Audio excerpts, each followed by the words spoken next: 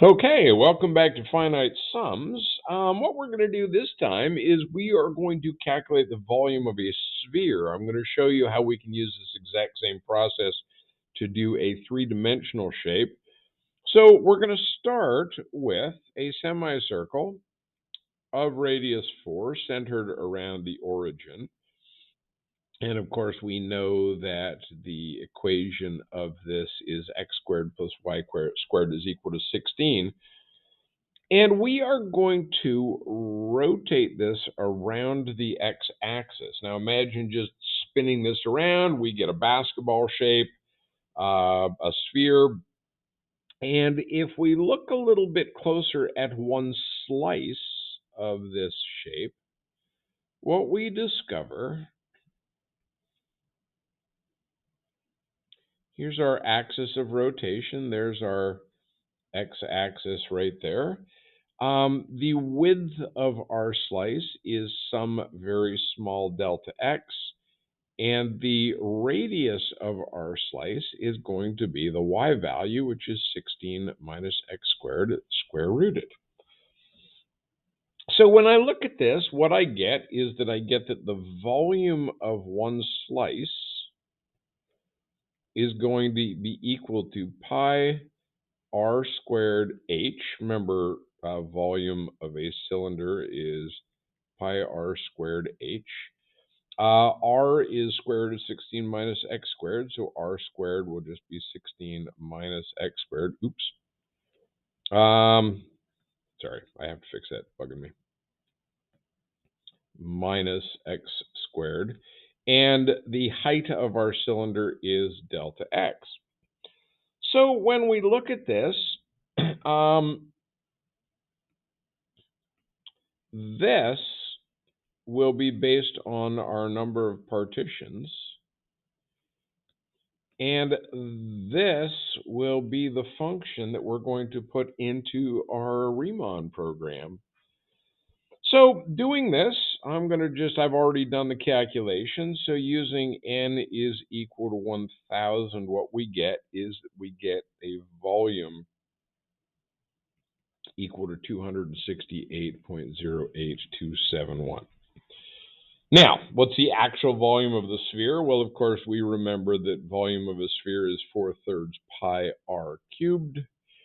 And doing a quick calculation using a radius of 4, we get a volume of 268.0825731.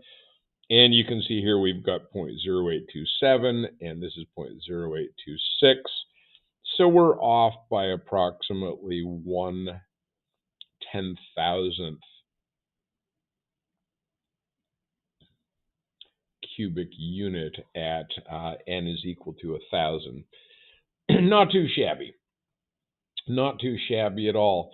So how accurate are these calculations? Do I have to go out to 1,000? We discovered in the last problem that we couldn't go out to 1,000, which made life a little bit awkward. So I've written up some error calculations on the next page here, and let me show you what I am talking about. That wasn't what I wanted to do. I'm trying to get to something that's underneath this little tab. There it is, my pointer. So the way we calculate error is we take the absolute value of the difference between our actual and our approximation, and we just divide it by the actual. And we can turn that into a percentage if we want. So the difference between our calculation and the actual volume is 0.0001369. When we divide that by the actual, we get 0.0000005. And the way we usually say that is we say that it is less than, and we just talk about the next decimal up. This is less than 0.000001. So if I wanted to express this as a percentage, I would say less than 0.00001%.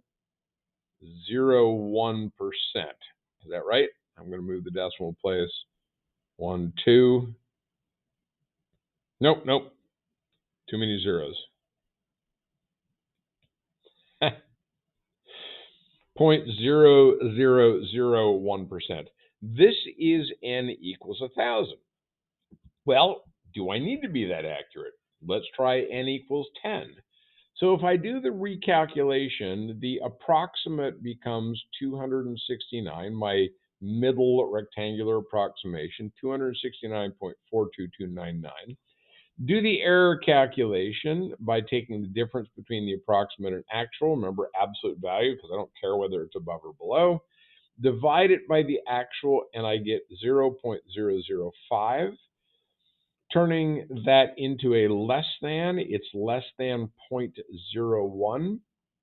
And if I turn that into a percentage, that's less than 1% error using 10 slices, only 10.